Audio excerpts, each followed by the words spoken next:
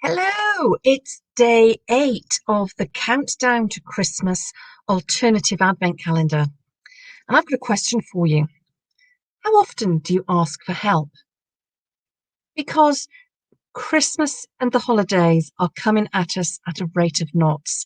And I don't know about you, but it seems to me that there's even more pressure on us this year than normal to ensure that we pull off the best, biggest, most perfect Christmas there has ever been to make up for the events of the year that we're not responsible for. That pressure, it can really weigh down on us. Now, you know, I don't know about you, but there's hardly enough hours in the day as it is. You've got a job to do, a business to run, the kids to ferry around. You've got the normal day-to-day shopping and housework to do. Perhaps you've got elderly relatives to look after. Maybe you're helping out with the neighbour. The dog needs walking, the cat needs feeding. You've got the laundry to do, the cooking to do. When on earth are you going to fit it all in? And then you're expected to turn into a domestic goddess or a domestic god to pull together this picture perfect Christmas for who knows who? You, your family, your friends, your relatives? But who's making those demands of you? You, your partner, your children, your relatives? Or are you buying into the pressure that the media is putting upon you to create the picture perfect Christmas? Now, I'm not saying you can't aspire to that and that you shouldn't aspire to that. Far from it. I like everything to be just so. It rarely ever is, but I've always got that in my mind's eye. But I know I can't do all of that on my own. So I need help. And that help means delegating things like sending my partner out to buy the cheese, for example, for a cheese board, or making sure that somebody else does the cleaning. I'll rope in my partner and my son to help with cleaning the house. The laundry doesn't miraculously dry itself, iron itself, and put itself away. Everybody has to take responsibility for their bits. Yes, it all goes in the washing machine together and out on the washing line or on the clothes area together. But you know what? I'm not putting away other people's clothes. That's their responsibility. And when it comes to parcels and presents, we have a limited budget. We can't compete with the Kardashians. We give each other gifts that we know the other person wants. And it might be we just get one gift to unwrap each year. So what? If that's something the person really, really wants and it's valuable to them, it doesn't matter. There's only one item. And what are you going to eat? If you don't like turkey, don't buy a turkey.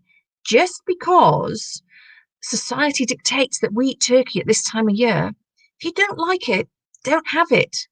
Have a nut roast, have a joint of beef, have pasta if that's what you really, really want. I think actually this year we might even be having a curry because we're just fed up of having turkey every Christmas. Do your Christmas your way and delegate responsibility out to everybody else.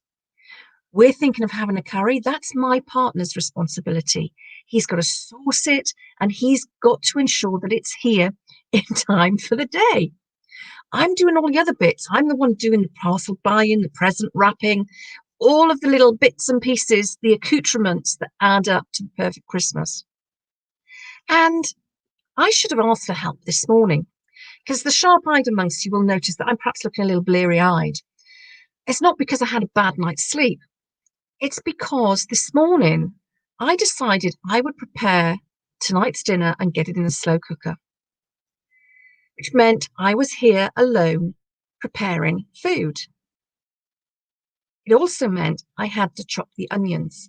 Now, I've actually got an allergy to raw onions. So, whilst most people start to cry a bit with onions, I get so bad that I can't actually see. I have to put the knife down. I have to walk away from the kitchen so that I can get some air on my face so that I can see. It gets really, really bad and my eyes swell up. So usually, if I don't have chopped onions in the freezer, I have to ask my son or my partner to chop them for any meal that we're going to eat. And I react like that even to spring onions and chives as well. So that's how mad it is. They weren't here, so I had to do it myself. So guess what? It took me much longer than it normally would. And I was more stressed. I was more wound up. I was trying to feel my way with the knife. I could have caused myself a major injury just because I couldn't ask for help, but there was nobody to ask for help. And if I had just planned it a little bit earlier, I could have got those onions chopped before my son left for school or my partner left for work. So there are always people prepared to help you. And when it comes to Christmas, rope in everybody else. Ask a teenager to push the vacuum around. Okay, they might not do as good a job as you, but does it matter? You're getting them to get involved with helping and to recognize that it doesn't all fall to mum or dad to make it happen. It's a team effort and everybody has a part to play. And you know what?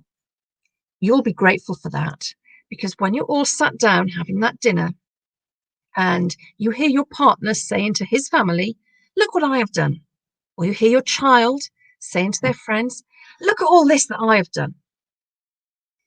You may not feel quite the same resentment as usual when you know that they might not have done it all. They certainly took a part in helping you.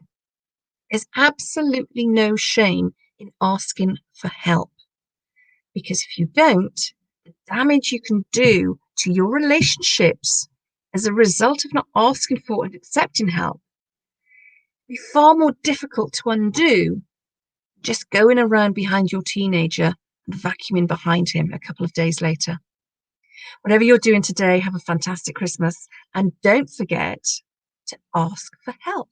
I'll see you again tomorrow.